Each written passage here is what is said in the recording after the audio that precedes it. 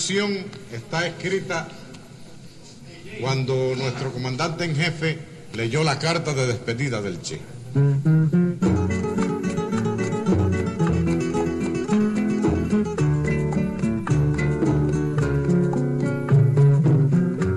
Aprendimos a quererte desde la histórica altura donde el sol de tu bravura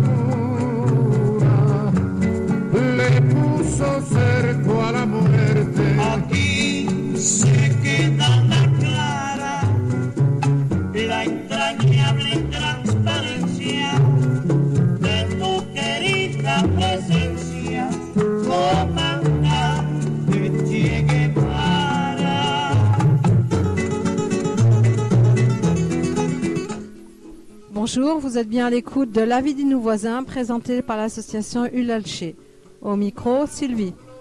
Y fuerte sobre la historia dispara cuando todo Santa Clara se despierta para verte. Aquí se queda la clara, la entrañable transparencia de tu querida presencia, comandante Che Guevara. Aujourd'hui, nous aurons des informations de Cuba, du Nicaragua, de la Colombie, de l'Argentine, du Venezuela. La brisa con soles de primavera para plantar la bandera con la luz de tu sonrisa. Aquí se queda la clara, la entrañable transparencia de tu querida presencia, comandante Che Guevara.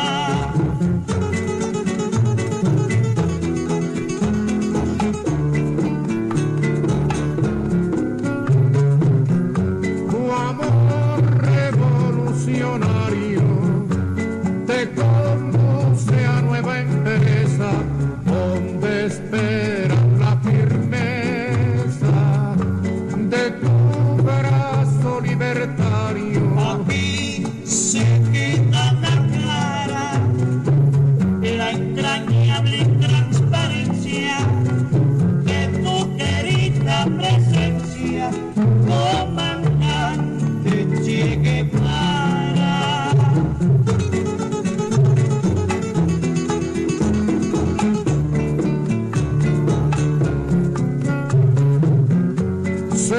Seguiremos adelante, como junto a ti seguimos y con Fidel te decimos, hasta siempre, comandante. Aquí se queda la clara, la entrañable transparencia de tu querida presencia, comandante Che Guevara. Cuba. Communiqué de la CELAC.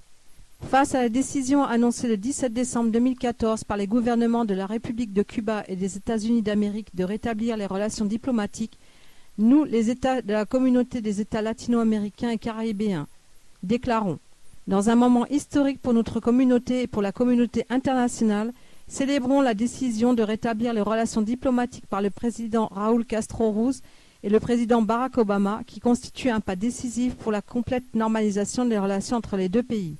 Souhaitons la bienvenue à une volonté manifeste par les deux pays de provoquer un dialogue franc et large sur divers sujets d'intérêt bilatéraux. Manifestons notre satisfaction pour la détermination de Cuba et des États-Unis d'Amérique à ouvrir des ambassades dans ces deux pays. Formons les vœux pour que cela soit un signal sans équivoque de la fin que nous souhaitons ardemment du blocus économique, commercial et financier qui affecte Cuba et son peuple pendant des décennies. Saluons la libération mutuelle de prisonniers qui purgeaient des peines dans les prisons de Cuba et des États-Unis comme mesure humanitaire qui contribue à créer un climat de confiance. Félicitons Cuba et les États-Unis pour leur contribution à la construction d'une région de paix et de dialogue qui permettent d'avancer vers de nouveaux espaces d'entente dans l'hémisphère. Sommes confiants dans le fait que cette annonce contribuera à renforcer le dialogue régional et à restaurer la coopération dans l'hémisphère au bénéfice de nos peuples. San José, le 18 décembre 2014. Cuba toujours. Le président cubain a accueilli le vice-président russe. Le président de Cuba, Raúl Castro, a reçu le vice-président russe Dmitri Rogozine, qui visite le pays caraïbe à l'occasion de la 12e commission intergouvernementale Cuba-Russie, a indiqué samedi le journal cubain Granma.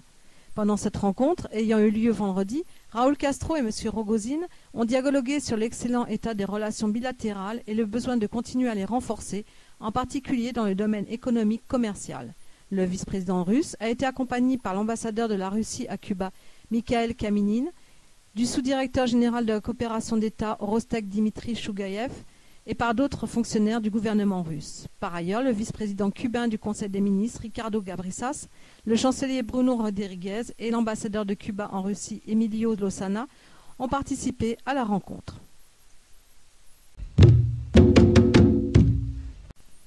Nicaragua. Le canal interocéanique va tout couler sur son passage. L'ancien commandant sandiniste Daniel Ortega, aujourd'hui président du Nicaragua et désormais le meilleur ami des multinationales et des millionnaires de son pays, ne s'attendait sûrement pas à cela. Alors que le premier coup de pioche vient d'être donné pour les travaux de son mirifique canal confié à une firme chinoise, le petit pays centra-américain est en ébullition. Depuis septembre, on recense 15 marches paysannes contre ce projet mégalomaniaque qui prétend percer dans l'isthme une route de 278 km, dépasser en taille le canal de Panama, créer 50 000 emplois d'ici sa prétendue mise en œuvre en 2020 et, dans cette nation sous-développée où 42% de la population se situe sous le seuil de pauvreté, résorber le fléau de la misère, ni plus ni moins. Pourtant, beaucoup de Nicaraguayens ne s'en laissent pas compter. Certains estiment que ce projet d'environ 40 milliards d'euros est une histoire à dormir debout, dont le but non avoué est de développer des projets parallèles. Port en eau profonde, complexe touristique, pouvant rapporter des millions de dollars à ses instigateurs dans le grand mépris de la légalité. Dans le flot des rumeurs, des réactions rageuses se manifestent. Le 10 décembre, dans les rues de Managua, des milliers de paysans du sud du pays battaient le pavé pour dénoncer un négoce privé entre la clique des Ortega et les Chinois. Un des leaders paysans, Orlando Rodriguez, n'hésitait pas à proclamer « Ce que nous voulons, le départ des Chinois. Le président Ortega est un capitaliste sauvage qui veut nous ruiner. » Alors que les techniciens et les ouvriers s'affairent à Brito, bourgade de la côte Pacifique, là où doit commencer le percement, une grande inquiétude se répand qui sera touchée par l'expropriation. En juillet 2013, dans l'opacité la plus totale, Daniel Ortega a signé pour 40 milliards de dollars un accord sur 50 ans, renouvelable une fois, avec le tycoon chinois Wang Ying, patron de la firme HKND, en vertu duquel les constructeurs ont toute la latitude quant au tracé exact, à sa largeur et aux travaux herculéens que cela supposera. Dans cette dictature molle, le journal d'opposition El Confidencial estime qu'au total, quelques 30 000 paysans, dont des centaines d'Indiens Ramas et Nahuas, seront expropriés au prix du cadastre, bien inférieur à celui du marché, et sans aucune possibilité de faire appel. Dans ce contexte de Rivas, sur le Pacifique, à Punta Gorda, sur l'Atlantique, un vent de panique parcourt les populations riveraines. Rompant avec l'habituel silence des syndicats agricoles totalement inféodés au parti au pouvoir, le Front sandiniste de libération nationale, de nombreux paysans ont pris le risque de la dissidence à l'égard du tout-puissant Daniel Ortega et de son épouse au point de fer, Rosario Murillo. À l'instar d'un ancien commandant sandiniste, Victor Tirado, 74 ans, pour qui Ortega a trahi son peuple en le bradant à des Chinois pour en tirer lui-même de juteux bénéfices. Ailleurs, certaines voix isolées pointent du doigt le désastre environnemental qui se préparait. Rival Ortega, au législatif de 2006, Eduardo Arkin estime que la construction du canal, en plus d'en finir avec tout un écosystème, provoquerait la contamination et la salinisation du lac Sisibolca. Le lac, également appelé Nicaragua, est la plus grande réserve d'eau douce d'Amérique centrale, avec ses 8624 km². Le canal en projet le traversera sur plus de 80 km. Colombie. Le Sénat colombien demande la reconnaissance de l'État palestinien. Le président du Sénat de Colombie, José David Neyme, a demandé au gouvernement colombien de reconnaître la Palestine en tant qu'État indépendant et souverain sur la base des frontières de 1967. Dans une lettre adressée hier au président colombien Juan Manuel Santos, le parlementaire a expliqué que la reconnaissance de l'État palestinien contribuerait à la paix et à la stabilité du Moyen-Orient. Le sénateur rappelle également que ce pays sud-américain est le seul pays d'Amérique latine et des Caraïbes à ne pas avoir encore reconnu l'État palestinien. Cette initiative du Sénat colombien s'ajoute à la motion de principe votée mercredi par le Parlement européen. Colombie toujours. Les FARC débutent un cessez-le-feu unilatéral. Les FARC, les Forces armées révolutionnaires de Colombie, armées du peuple, débutent aujourd'hui un cessez-le-feu unilatéral illimité dans le cadre des actions pour réduire les tensions et garantir la paix dans la nation sud-américaine. Dans un communiqué officiel divulgué la veille, les FARC confirment la suspension des hostilités avec l'armée colombienne à partir de minuit ce samedi et elles remercient les organisations politiques et sociales et la société civile de Colombie pour l'appui à leurs décisions. De nombreux leaders, des activistes et des victimes du conflit ont reconnu le geste des FARC comme l'expression de leur volonté d'en finir avec la guerre dans le pays sud-américain et ont demandé un geste réciproque de l'exécutif. Il s'agit du 5e cessez-le-feu décrété par les FARC depuis le début des conversations de la paix à La Havane, mais c'est le premier à caractère indéfini. Par ailleurs, le représentant gouvernemental au dialogue de paix, Humberto de la Calle, a considéré comme une énorme signification la déclaration des FARC sur les événements survenus à Boroya. Il a exprimé sa reconnaissance aux FARC pour leur geste de présenter des excuses publiques pour la tragédie de 2002 et l'annonce de vraies mesures qui contribuent à établir la vérité et la réparation aux personnes ayant subi préjudice lors de cet épisode douloureux. Des représentants gouvernementaux et des FARC soutiennent dans la capitale cubaine des conversations de paix depuis novembre 2012 dans le but de mettre fin à un conflit armé qui dure depuis un demi-siècle en Colombie. Venezuela. Déclaration spéciale du Mercosur sur les sanctions des États-Unis contre le Venezuela. Les présidentes et présidents du Mercosur manifestent leur profond rejet de la loi qui applique des sanctions au peuple et au gouvernement du Venezuela, récemment approuvée par le Congrès des États-Unis d'Amérique. Réaffirment que l'application de sanctions unilatérales comme celle prévue par cette loi viole le principe de non-intervention dans les sujets intérieurs des autres États et ne contribue pas à la stabilité, à la paix sociale et à la démocratie au Venezuela. En ce sens, les présidentes et présidents du Mercosur exhortent le gouvernement des États-Unis d'Amérique à s'abstenir d'appliquer des sanctions contre la République bolivarienne du Venezuela, en même temps qu'ils expriment leur plus ferme soutien et leur plus ferme solidarité envers le gouvernement et le peuple vénézuélien. Argentine. L'Argentine reconnaît le droit à un orang-outan d'être libéré. Un tribunal argentin vient de reconnaître le droit de vivre en liberté à une femelle orang-outan vivant au zoo de Buenos Aires depuis 20 ans, en considérant l'animal comme une personne non humaine, une première mondiale. Dégustant paresseusement des fruits, l'orang-outan Sandra semble lundi impassible face aux objectifs des médias locaux, venus la filmer et la photographier après l'annonce du jugement pendant le week-end.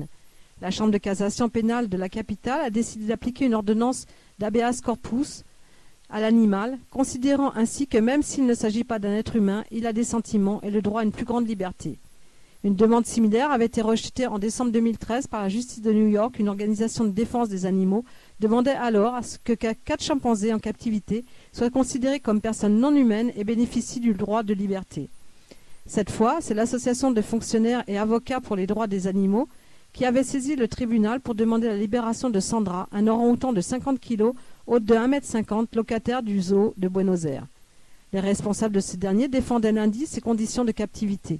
Elle vit depuis 30 ans dans un grand espace avec des spécialistes qui s'occupent de son alimentation, contrôlent sa santé et de manière générale, elle vit dans de très bonnes conditions, a assuré Adrián Celesto, responsable du département biologique du zoo. Mais pour l'association AFADA, Sandra est une personne non humaine car elle a des liens affectifs, elle réfléchit, elle ressent, elle se frustre d'être enfermée, elle prend des décisions, elle est dotée de conscience et de perception du temps, elle pleure quand elle perd un proche, elle apprend, elle communique et elle est capable de transmettre son savoir. Orang-outan née en 1986 dans le zoo allemand de Rostock, elle est arrivée dans celui de Buenos Aires en septembre 1994.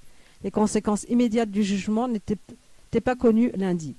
Même si légalement elle peut désormais recouvrer la liberté, les experts estiment que Sandra ne connaît pas son habitat naturel et ne pourrait pas y survivre.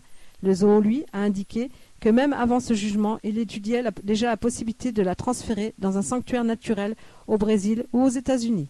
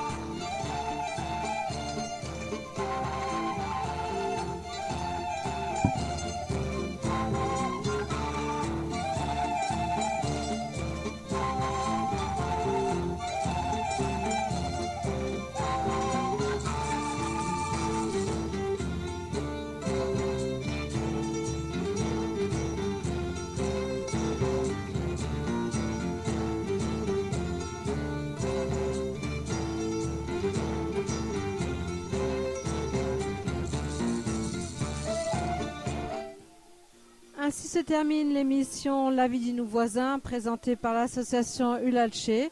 Au micro, Sylvie. Je vous souhaite de passer une très bonne fin de journée. À bientôt.